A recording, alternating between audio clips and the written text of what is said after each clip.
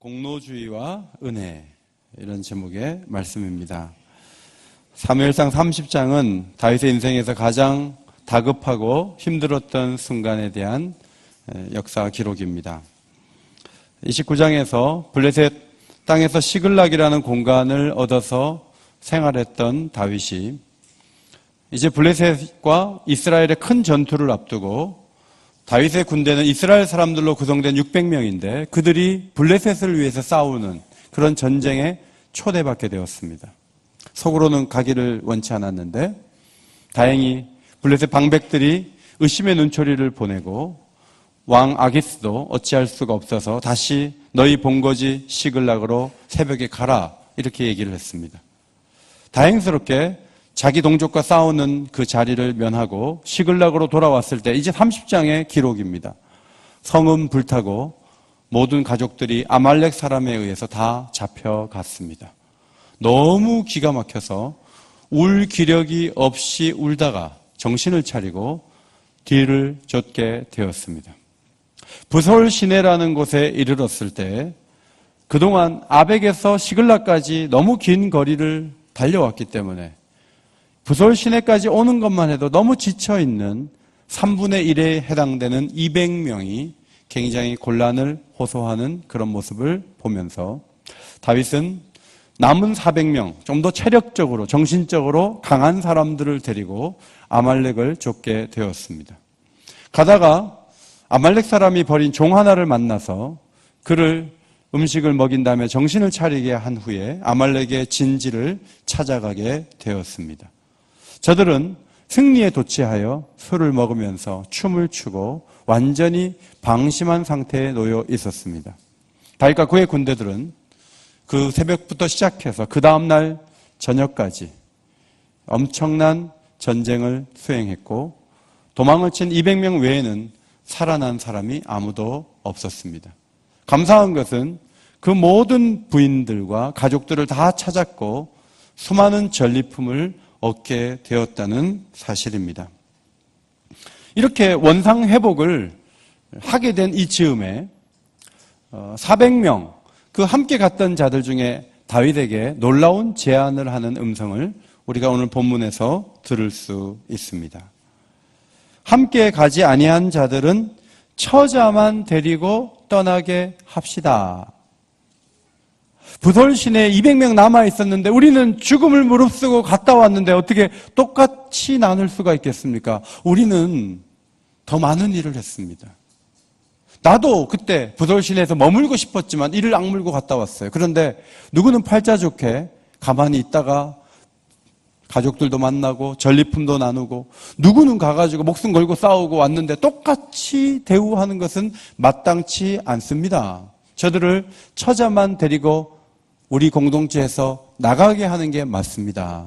이제 이런 얘기가 터져 나왔습니다. 바로 이것이 공로주의에 젖어 있는 사람들의 마음을 보여주는 것입니다. 이 제안대로 하자면 가장 기쁜 날이 가장 슬프고 이별의 아픔이 크게 임하는 날이 될 수가 있는 것입니다. 성경은 22절에 이 제안을 한 사람들이 누구인가 이름을 밝히지 않지만 그들의 정체성에 대해서는 이렇게 말합니다. 악한 자와 불량배들이 다 이르되, 이들이 바로 악한 자와 불량배들이다, 이렇게 기록하고 있습니다. 저들의 논리는 이것입니다. 누구는 쉬었고 누구는 일했는데 똑같이 받으면 안 된다. 이것이 저들의 주장이었습니다. 이런 제안을 할 수 있는 사람은 낙오된 사람이 아니라 최선을 다한 400명 중에 있었다는 것이 중요합니다. 우리는 생명을 걸고 되찾아왔고 저들은 모두 쉬고 있었다. 그냥 이 상태에서 그냥 지나가는 것이 이건 마땅치 않다. 이제 그렇게 주장을 하고 남은 200명은 다윗이 어떤 결론을 내리든 따를 수밖에 없었던 미안함이 마음속에 있었을 것입니다. 예수님이 말씀하셨던 비유 중에 달란트 비유를 아시죠? 5달란트, 2달란트, 1달란트를 나눠줬는데 5달란트 받은 사람이 10달란트를 만들었습니다. 장사를 해서. 2달란트 받은 사람 4달란트를 만들었습니다. 그런데 한 달란트 받은 사람이 혹시 원금 까먹을까봐 땅에 묻어두었습니다. 우리 돈으로 한 3억 원 정도 되는 돈입니다. 그걸 활용하지 않고 투자 손실을 우려하여 아무것도 하지 않았습니다. 그리고 주인에게 그걸 돌려드렸다가 악하고 게으른 종이라는 이야기를 들었습니다. 기독교 신앙은 최선을 다한 사람이나 게으른 사람이나 똑같이 대우해주는 신앙이 아닙니다. 기독교 신앙은 최선을 다한 사람들이 더 좋은 것을 누릴 수 있는 상을 주는 신앙입니다.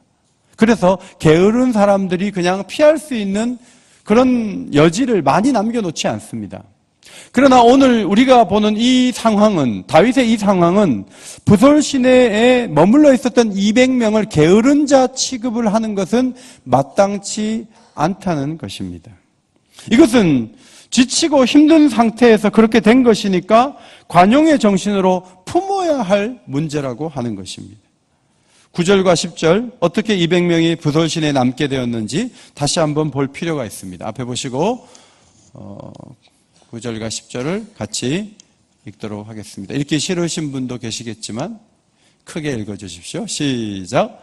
이에 다윗과 또 그와 함께한 600명이 가서 부솔 시내에 이르러 뒤떨어진 자를 거기 머물게 했을 때 곧 피곤하여 부솔 시내를 건너지 못하는 200명을 머물게 했고 다윗은 400명을 거느리고 쫓아가니라. 200명이 자기가 머물겠다고 해서 머문 것이 아니라 머물게 한 것입니다. 등산을 가보면 20명을 데리고 가면 10명 선두 그룹이 있고 중도 그룹이 있고 뒤에 쫓아오는 그룹이 항상 생기게 되어 있습니다. 그러면 끝까지 떨어져 갈 것 같으면 못하러 같이 갑니까? 중간에 기다려줘야 되거든요. 그래서 선두 그룹이 기다리고 있으면 헉헉거리면서 뒤에 따라오는 그룹이 올라옵니다. 그때 리더는 뒤따라오는 그룹이 온 그 시간으로부터 쉬는 시간을 줘야 됩니다. 올라오자, 왔다, 가자 이러면 이 사람들은 계속 산으로 올라가야 되는 거예요. 부솔 시내에 머물게 되었을 때 그걸 건너야 되는데 200명이 도저히 갈 수 있는 체력이 아니에요. 그들을 같이 가려면 기다려야 돼요. 그런데 부인들을 잡아갔어요. 거기서 무슨 겁탈을 하는지 뭘 하는지 전혀 모르는 상황인데 지금 1초가 아쉬운데 이 사람들을 기다렸다 같이 가다가 큰일이 생기면 골든타임을 놓치는 거예요. 세월호 사건 때 골든타임 놓친 거 가지고 얼마나 말이 많았습니까? 다윗은 지혜가 있는 사람이었어요. 이 시간이 지금 중요하다. 모두 같이 가야 되지만 200명을 기다려줄 만한 상황이 아니다. 200명을 머물게 하는 거예요. 그리고 400명을 데리고 가서 성공적인 작전 수행을 하고 내려온 것입니다. 그러니까 200명은 생명이 아까워서 안 가겠다고 한 사람들이 아니라는 것입니다. 400명이 작전 수행을 하려면 200명이 거기서 기다려줘야 성공적인 작전을 펼칠 수 있고 작전대로 모든 것이 다 완벽하게 하나님의 도우심으로 잘 마치고 왔어요. 그런데 부솔 시내에 있는 200명을 400명이 처자를 데리고 와서 딱 보는데 마음이 확 뒤틀리는 거예요. 아, 이게 뭐야? 우리가 이렇게 열심히 했는데 저것들은 뭐야? 이제 그 생각이 드는 불량배들이 있었다고 하는 것이죠. 아말렉 진영으로 누구는 가고 누구는 남고 하는 결정을 내릴 때는 서로는 서로를 이해할 수 있었던 상황이었습니다. 그러나 가족 모두를 찾아온 그 상황에서는 마음이 바뀌게 된 것입니다. 누구는 목숨 걸었는데 누구는 시냇가에 발을 담그고 있어? 이게 말이 돼? 어떻게 똑같이 나눠? 처자만 주고 저것들을 다 우리 공동체에서 내보내야 돼. 이 생각을 하는데 이 사람들을 개성이 강하거나 올곧거나 정의감에 불타는 사람이라고 성경은 기술하지 않고 사무엘상 쓰는 이 기자는 악하고 불량한 사람들이다. 불량배들이다. 그렇게 기록하는 것을 우리는 볼 수 있습니다. 여러분, 다윗에게 가장 큰 고통을 안겼던 사람들은 사울이지만 다윗과 그 왕국을 끊임없이 괴롭혔던 사람들은 누군가 하면 바로 이런 성향을 가진 사람들이에요. 일은 많이 하는데 누군가를 계속 정죄하는 거예요. 저건 저래서 문제가 있고 이건 이래서 문제가 있고 이러면서 막 계속 안 좋게. 요압 같은 사람이 대표적인 사람이에요. 가장 큰 공신이지만 계속 가시가 되어서 옆에 있는 거예요. 이것이 얼마나 큰 잘못인지 몰라요. 이것은 교회 공동체의 그림자이기 때문에 이런 성향이 누구에게나 있기 때문에 이 성향을 잠재우지 않으면 이것은 모두가 불행하게 될 수 있는 단초를 제공하는 성향이다 하는 것입니다. 데살로니가 교회에 바울이 편지를 보냈을 때 부탁했습니다. 또 형제들아 너희를 권면하노니 게으른 자들을 권계하며. 게으른 자, 좀 게으른 분은 권계하면 돼요. 마음이 약한 사람은 격려하면 일어서요. 힘없는 사람 붙잡아주면 다시 움직일 수 있어요. 다양한 사람들 참아주면 그 사람들이 하나 될 수 있는 여지가 있는 거예요. 문제는 앞장서서 나가는데 자기 공로가 너무 크고 자기 의가 너무 커서 저 사람들을 손봐야 된다고 하는 사람들이에요. 그 사람들이 바로 하나님이 원치 않는 불량배들입니다. 새벽을 계속 깨우는 거 중요해요. 새벽 기도 나와서 기도해야 돼요. 그러나 어떤 사람은 1시에 퇴근해요. 어떤 사람은 다음 주에 병원에 입원해야 돼요. 어떻게 새벽 기도 나와요? 새벽 기도 나오지 못하는 이유가 다양하기 때문에 전체적으로 나오라고 말은 하지만 그걸 가지고 사람을 정죄해서는 안 돼요. 장애인을 돕는 사역이 귀한 것이지만 장애인을 돕지 않는 사람은 다 나쁜 사람인 것처럼 말하는 것은 잘못이에요. 사역에는 여러 가지 종류의 사역이 있는데 장애인 사역만이 사역이라고 막 주장을 해버리면 그렇게 주장하는 분들은 교회를 떠나는 것을 제가 여러 차례 봤어요. 다른 사람은 다른 사람의 관점이 있고 생각이 있고 사정이 있는 거예요. 내가 그것을 하기 때문에 못하는 사람은 다 잘못된 사람이다 라고 말하면서 자기가 공로주의에 젖었다는 것을 사람들에게 선포하는 것이 되는 것이죠. 저는 지난 봄에 아이를 학교에 데려다 줬다가 점심을 먹으러 갔는데 주유소가 문을 닫았고 운영을 하지 않는 주유소고 시골길에 2차선 도로예요. 깜빡이를 켜고 속도를 줄이고 식당이 있길래 좌회전해서 들어가려고 깜빡이를 켜고 들어가려고 하는데 뒤에서 갑자기 차가 저희 차를 추월을 하려고 시속 한 100km는 될 정도로 갑자기 속도를 내서 제 옆으로 뭐가 휙 지나갔는데 자동차인데 저쪽에 가서 저 구석에 가서 그 차도 전복될 정도로 엄청나게 달렸어요. 그래서 제가 한 2초만 빨리 꺾었으면 그 차가 부딪힌 거예요. 만약에 그렇게 됐으면 오늘 설교는 못하는 거예요. 밥을 먹는데 여러분 이 음식 맛이 전혀 느껴지지 않고 그냥 먹으면서 감사한 거예요. 하나님 오늘 우리 가족이 다 죽을 뻔했습니다. 하나님 감사합니다 하고 거의 진짜 막 눈물을 흘리면서 먹을 정도로 밥이 코로 들어간지 입으로 들어간지 전혀 느낌이 없이 밥을 먹었는데 밥이 감사하지만 살아있는 게 너무 감사한 거예요. 이렇게 감사했는데 일주일이 딱 지났는데 입에 밥이 들어가는데 집에서 밥이 좀 지네. 그 다음날 밥이 좀 꼬들밥이네. 이게 느껴지기 시작하는 거예요. 너무 감격했을 때는 주님 밥이 진 거 상관없어요.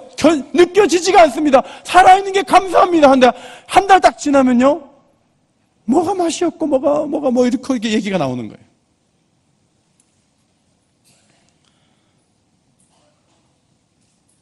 신앙 공동체에서 하나님이 원하시는 게 뭐죠? 저 사람들은 시냇물에 발 담그고 있는데 제 발은 물집 잡혔어요. 하나님 아시죠? 여기 빠지시면 안 된다는 거예요. 공로주의에 젖으면 안 돼요. 하나님은 늘 감격 속에 있기를 원하세요. 우리를 죄와 죽음에서 건져주신 그 은혜에 감격해서 그 다음의 차이는 사실 소소한 차이예요. 가장 큰 공통점은 죄와 허물에서 우리를 구원해 주신 그 하나님의 축복 속에 인간적인 어떤 차이 가지고 그걸 가지고 공과 과를 서로 막 나누지 않도록 그것이 하나님이 우리에게 바라시는 부분이다 하는 거죠.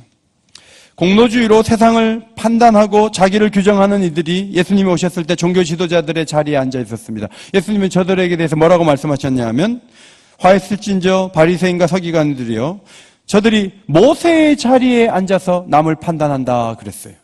모세는 율법을 받은 사람이에요. 하나님 말씀하셨지만 모세의 법이다 그렇게 얘기합니다. 어떻게 보면 모세가 법을 만들듯이 율법의 기초를 모세가 넣은 거예요. 그런데 모세의 법을 해석하는 사람들이 모세의 자리에 앉아서 또 다른 법들을 자꾸 만드는 거예요. 그래서 전통이 나중에 율법보다 더 중요한 것처럼 사람들에게 가르치고 자기들이 하나님의 율법을 시행하지 않고 지키지 않으면서 사람들이 이렇다 저렇다 판단하는 거예요.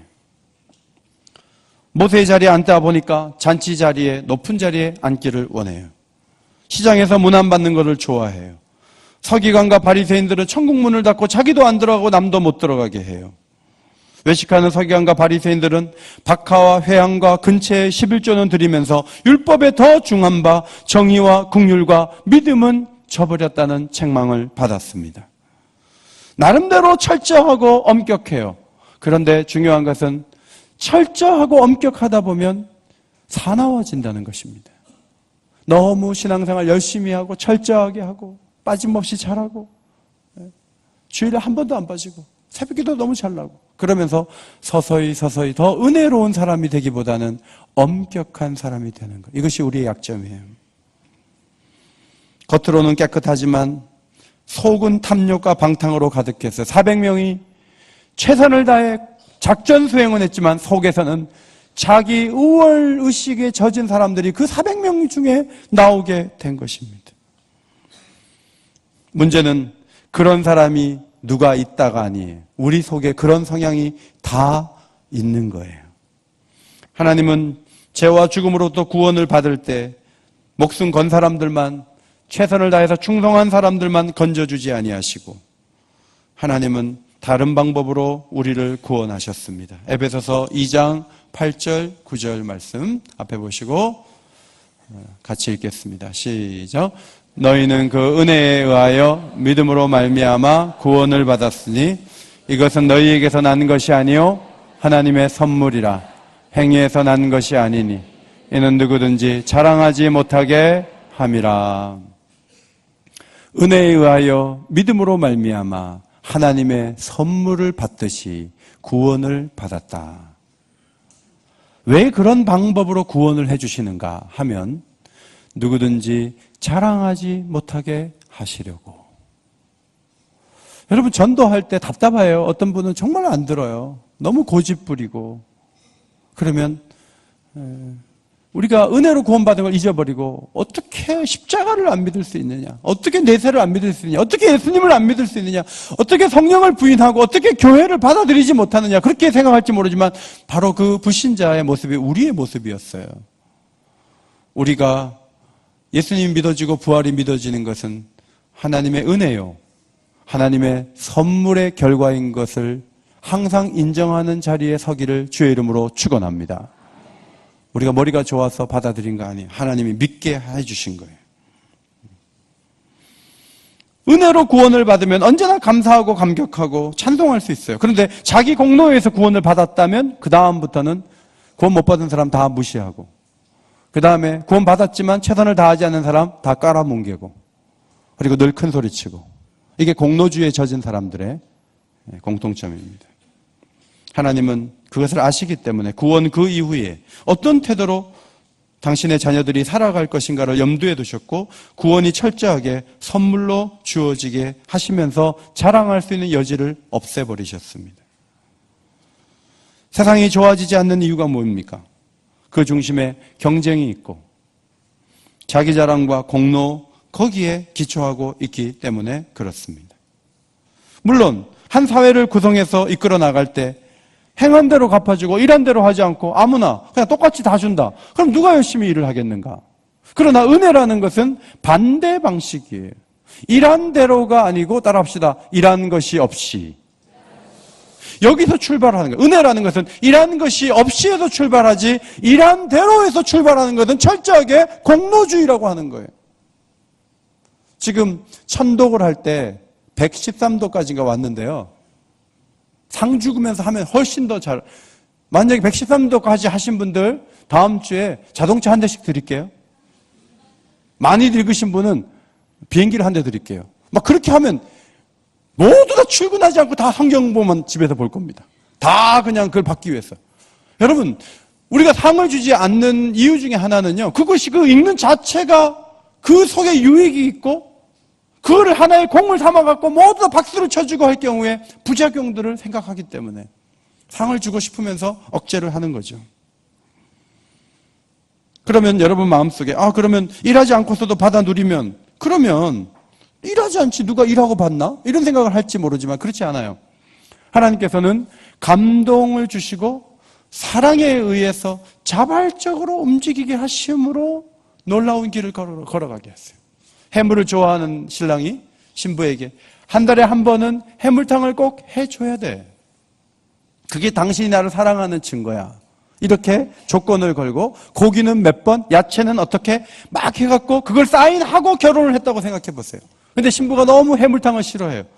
신랑이 사랑스럽지가 않아요. 근데 그 조건을 채워야 돼요. 그럼 어떻게 하는지 아세요? 시장 가서 상한 것 가져다가 끓여갖고 주는 거예요. 드시라고. 한 번은 조건을 맞췄어요. 그런데 사랑하지 않기 때문에 상한 것 먹이는 거예요. 하나님은 횟수에다 걸지 않아요.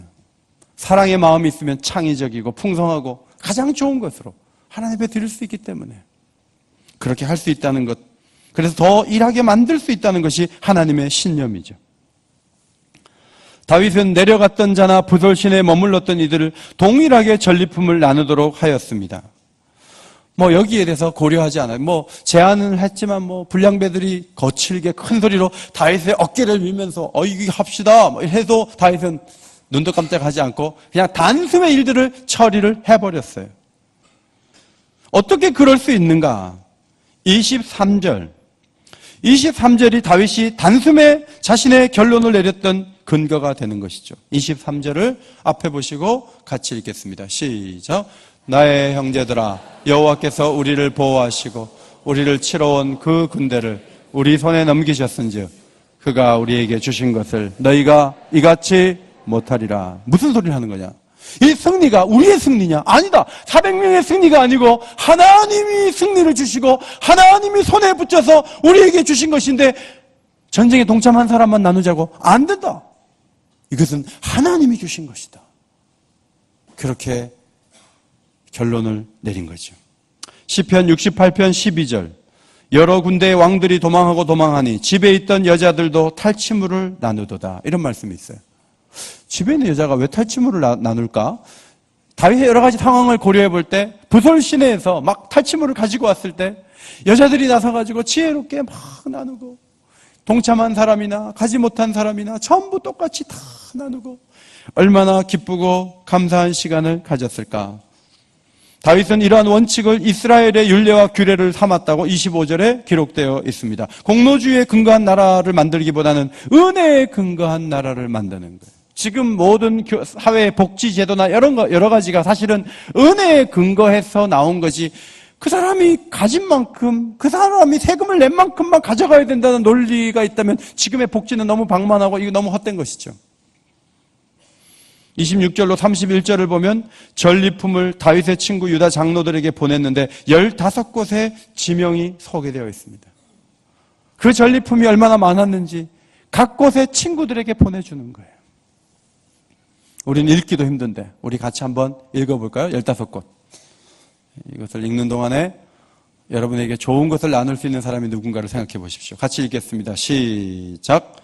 베델, 람방, 라못, 얏딜, 야로엘, 심못, 에스모아, 라갈, 여라무엘, 겐, 홀마, 고라산, 아닥, 헤브론, 15곳을 보냈어요. 그리고도 또 다른 곳에도 보냈다고 기록하고 있습니다. 지난 월요일 목사회 모임에 가서 세미나를 듣고 점심을 먹고 오후에 운동을 했는데 상품으로 12켤레가 묶여져 있는, 끈으로 묶여져 있는 양말 다발을 하나씩 받았습니다.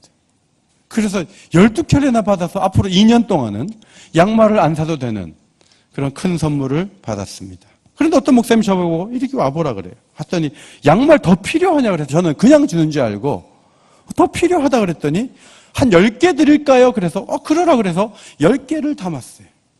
그러니까 몇 개죠? 총 몇 켤레예요? 120켤레예요. 근데 문제는 제 아내가 세일을 하고 그래도 막 음료수 같은 거 많이 안 사고요. 하나 더 사고 그러지 막 집에 막 쌓아놓고 그렇게 사는 걸 너무너무 싫어해요. 근데 제가 120켤레를 갖고 집에 들어가면 제 아내의 그 놀란 표정 때문에 제가 미리 알잖아요. 그래서 트렁크에 넣고 너무 많지만 하여튼 두 묶음을 가지고 24켤레를 가지고 집에 나타났어요. 제 아내가 저를 보면서 20년 이상 그렇게 교육하고 그렇게 보여주고 그렇게 본을 삼았는데도 아직도 자기 남편은 아직도 양말을 24켤레 가지고 나타나는, 아직도 마음의 탐심이 해결되지 않은 그런 남편의 모습으로 아내가 보는 눈빛을 제가 보고 어떡하지? 지금 자동차 트렁크에는 저런 다발이 막 엄청나게 있는데 이거 어떡하지? 이게 나눠주는 게 막 급한 거예요. 그래가지고 아내가 그 보따리를 보기 전에 다 나눠줘야 된다는 결심을 하는 거예요. 그리고 경비실에도 한 다발 갖다 주고 막 갖다 주면서 막 나눴어요. 그러다가 이제 탁구장에 갔는데 6명이 모였는데 제가 2다발을 가지고 갔어요. 가서 다 끝난 다음에 오늘 승자와 패자 관계없이 제가 4켤레씩 드리겠습니다 하고 딱 나눴어요. 근데 이게 나쁜 양말이 아니고 순면이고 아주 좋은 양말이었어요. 크로코다일이에요. 그래가지고 이걸 이제 나눴어요. 나눴는데 어떤 분이 얘기하는 거예요. 목사님, 이긴 사람이 있고 진 사람이 있는데 좀 차별을 둬야 되지 않겠습니까? 이렇게 얘기하시는 거예요. 며칠 전에 어떤 분이 비누 2개를 갖고 와가지고 최종 승자 2명이 비누를 가져가라 해서 제가 그 비누가 엄청 갖고 싶었는데 제가 못 가졌죠. 탁구를 잘 못 치니까. 근데 이번에 저는 6명에게 똑같이 나누고 여성에게도 남편 갖다 주라고 줬어요. 그런데 제가 뭘 느꼈냐면 탁구장에 하나님의 은혜가 흐르는 걸 느꼈어요. 이거를 이긴 사람에게 12켤레씩 갖고 가는 것보다 4켤레씩 똑같이 다 나눠줄 때 여기에 은혜가 있는 걸 느꼈어요. 다음날 새벽 기도가 진행되는데 오늘 본문 말씀을 제가 전했습니다. 본문을 전하는데 하나님께서 제게 너 양말 오늘 새벽 기도 나온 사람에게 한 켤레씩 다 주면 딱 맞겠다, 이런 암시를 주셨어요. 그래서 설교하다가 갑자기 자동차 트렁크에 있는 양말이 생각이 났어요. 오늘 오신 분들 그날은 놀랍게도 64명이나 나왔어요. 우리 교육자들은 다 받았으니까 안 받아도 되고 딱 맞을 것 같아요. 그래서 한 켤레씩 오늘 드리겠습니다, 가져가십시오 하고 설교하고 이걸 드렸는데 역시나 타교의 교인들이 부담스러워해요. 양말 한 켤레지만 저에게 와서 말합니다. 목사님, 저는 다른 교회 다니는데 양말 가져가도 되겠습니까? 저는 충분히 있으니까 갖고 가세요. 괜찮아요, 갖고 가세요. 그렇게 이야기를 했습니다. 여러분, 모두에게 양말 한 켤레씩 다 주는 것, 목사가 저렇게 해프니까 참 문제가 있다 이렇게 생각할지 모르지만 예수님이 비유를 드셨죠. 오전 9시에 포도원에 온 사람하고 오후 5시에 온 사람이 있는데 오후 5시에 온 사람에게 먼저 임금을 줘서 오전 9시에 온 사람이 나는 몇 배나 받겠다고 기대했는데 똑같이 받을 때 주인에게 항의했죠. 어떻게 이럴 수 있습니까? 나는 아침 일찍 왔습니다. 왜 나를 조금 줍니까? 그때 주인이 이렇게 얘기했다는 거예요. 내 거 가지고 내 마음대로 하는데 네가 왜 참견이냐? 주인이 그렇게 말했다. 이거 주님이 무슨 말씀하시냐면 은혜의 세계에 대해서 설명을 하시는 거예요. 자기 공로와 경쟁과 일한 대로의 어떤 세계가 무시할 수 없어요. 그것도 있지만 교회라고 하는 공동체를 은혜로운 공동체로 받아들이지 못할 때 심각한 문제가 발생할 수 있다는 거예요.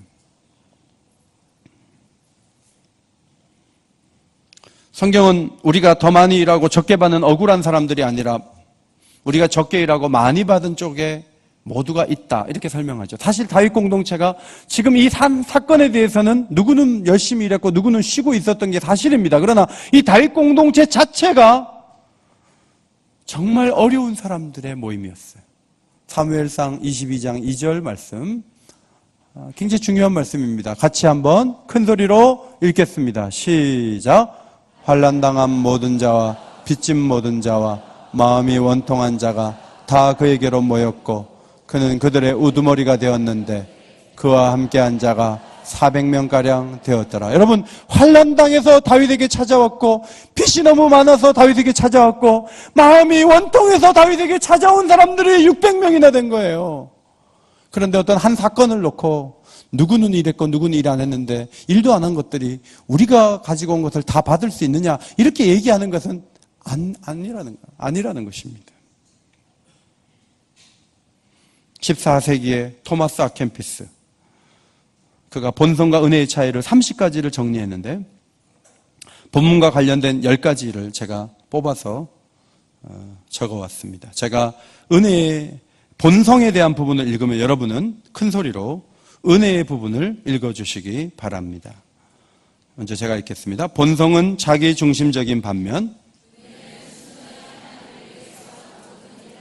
본성은 기꺼이 존경과 경의와 존경을 받아들이는 반면 본성은 탐욕적이고 소유하는 것을 좋아하는 반면 본성은 감각을 만족시키는 어떤 위안도 즐거이 받아들이는 반면 본성은 이기적인 소득에 의해 동기가 유발되는 반면 본성은 쉽게 불평하는 반면 본성은 대중에게 보이기를 바라는 반면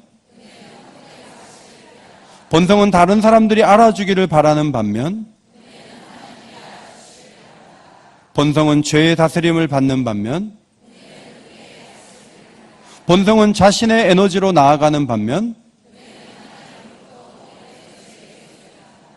저는 이 글을 정리하면서 내가 본성에 많이 지배를 받고 있구나. 내가 아직 은혜의 세계에 젖어들지 못했구나.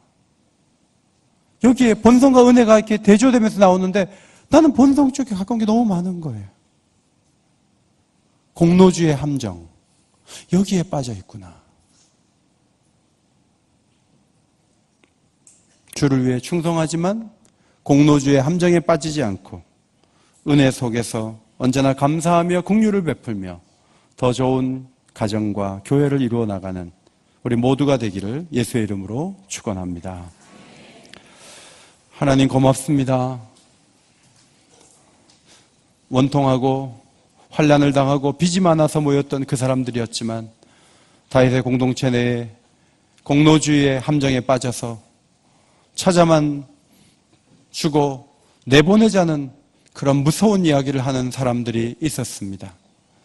이런 공로주의 함정에 저희들도 너무나 빠지기 쉬운 죄성을 가지고 있습니다.